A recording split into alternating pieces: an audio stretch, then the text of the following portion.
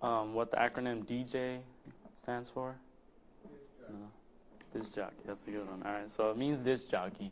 And I've been DJing for around 4 years, and I've noticed that a lot of people don't really know the history of DJing or where it comes from or how it even got started.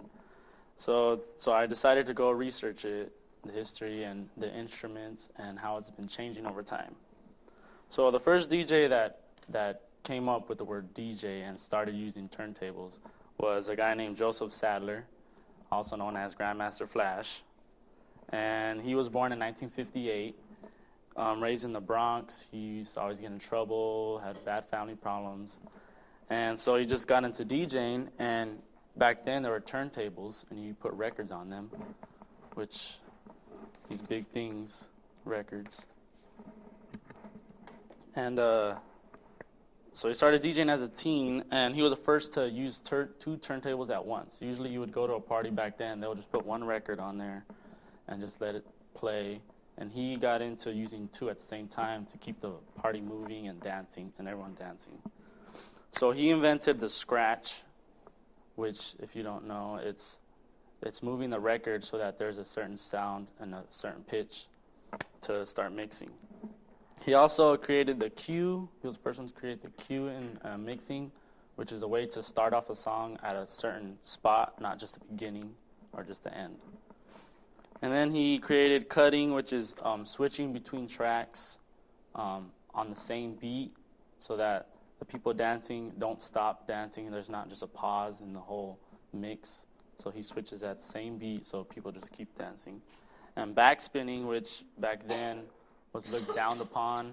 Backspinning is changing, re-looping the same sound from one record to another record, and it's just really hard.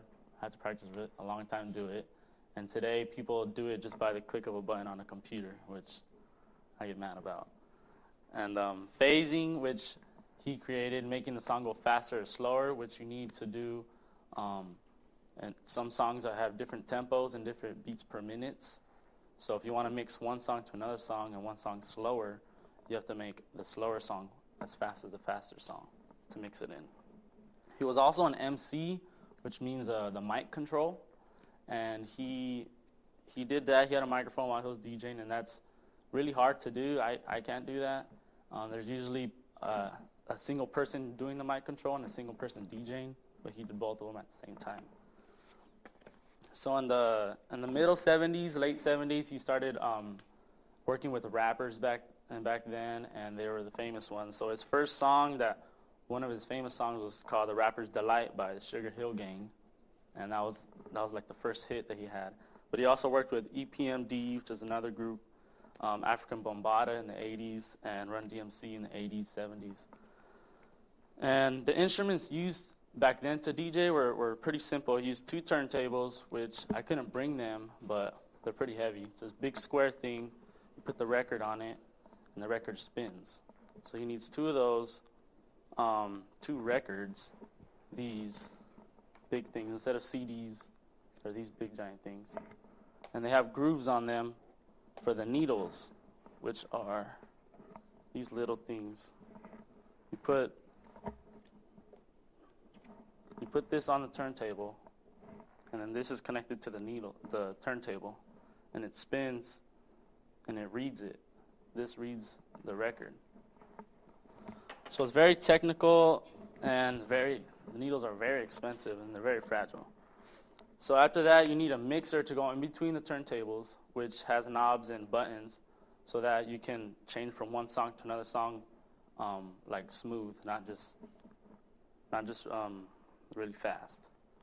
And then you need headphones, noise-canceling headphones, which are these kind of headphones that go around your ear. They're not just ones that go in your ear, because you have to be able to hear what's in there. And at the parties and the clubs, you can't really hear anything at all.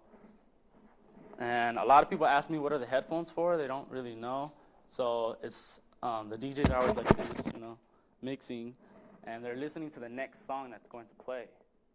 That's what they're doing. They're listening to the next song, because they can't just start the next song anywhere. They have to listen to where it's at. So that's what the headphones are for. And today's DJing has changed. very much.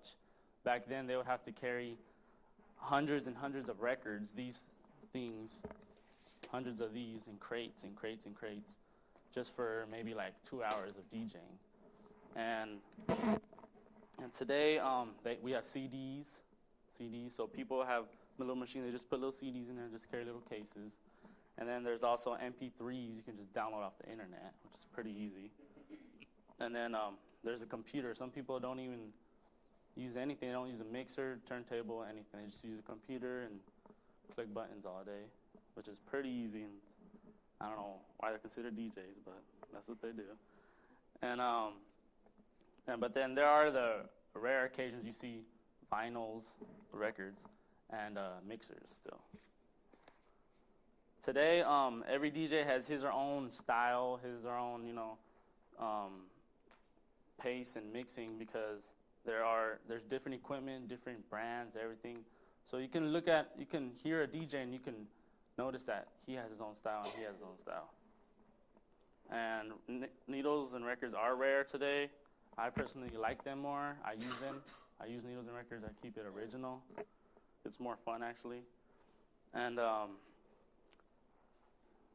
these are just some facts on the history of DJing and the equipment that I just showed you.